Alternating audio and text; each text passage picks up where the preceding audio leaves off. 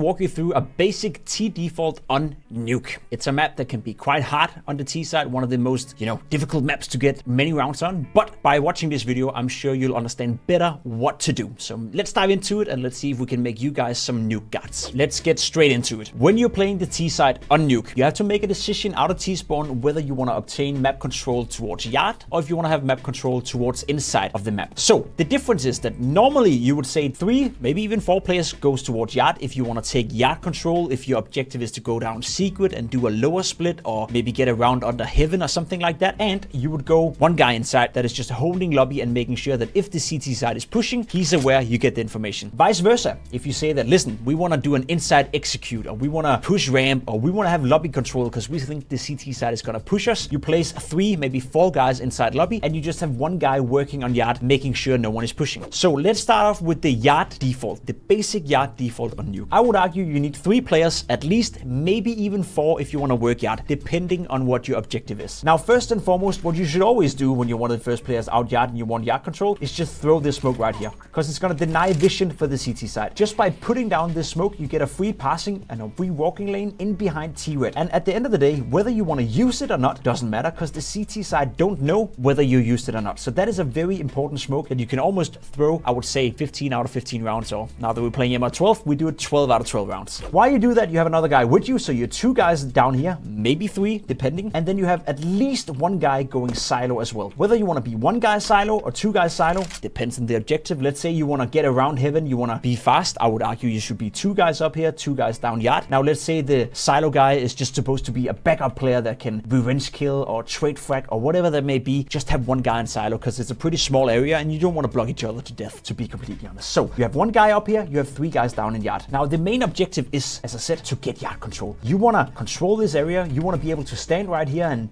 perhaps put a smoke in front of yourself, perhaps put a smoke down here, go down secret.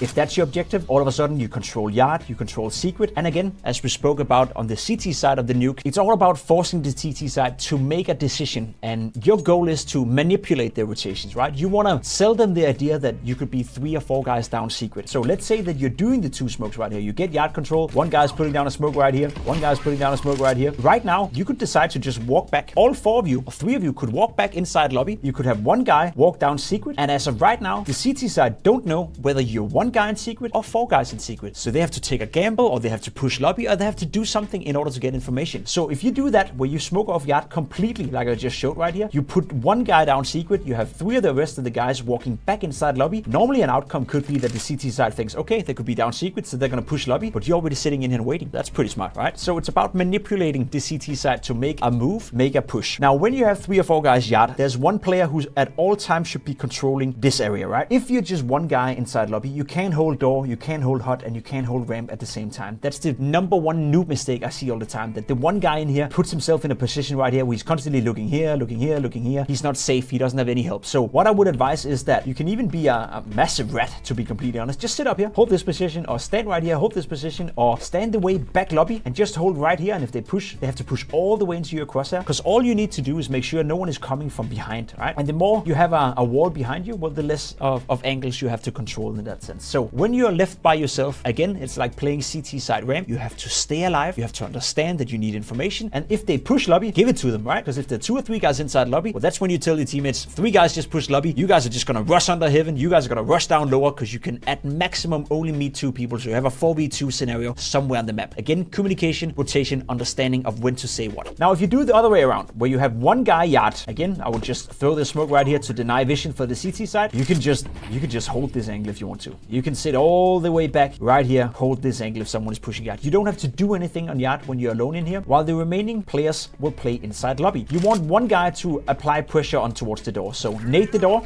like that.